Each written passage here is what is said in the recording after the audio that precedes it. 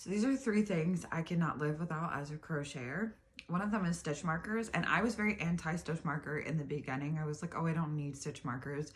Yes, you do. Absolutely. They're great for holding your progress because, I mean, crochet hooks get lost. I used to leave my hook like in my project and then it would end up pulling or I would lose the hook altogether. So stitch markers, absolutely.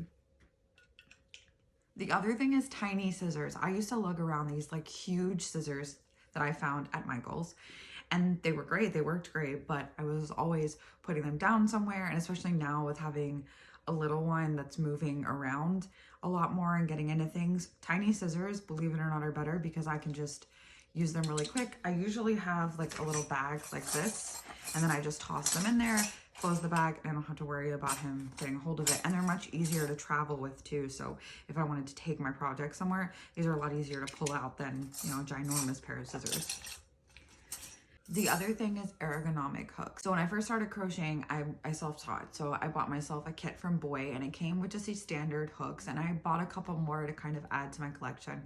But I started noticing that my hands hurt, and I'm really bad with like holding too tightly when I crochet, but I would notice like my hands and my wrists would hurt really bad, and it made it hard to crochet for longer periods of time.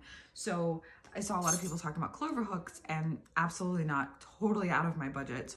So I found this kit on Amazon, and it comes with this. It comes with the smallest hook is a 2mm, and then the largest hook it comes with is a 10mm. And they're very similar, I feel like, in from what I've seen pictures online anyway, to clover hooks.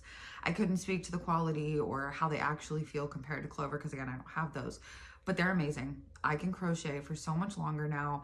It feels more comfortable. I feel like it's easier for me to hold my crochet and to crochet for longer periods of time. Plus, they're just really comfortable to hold. And I feel like when I first started crocheting, I was always like way too close to the tip of my hook.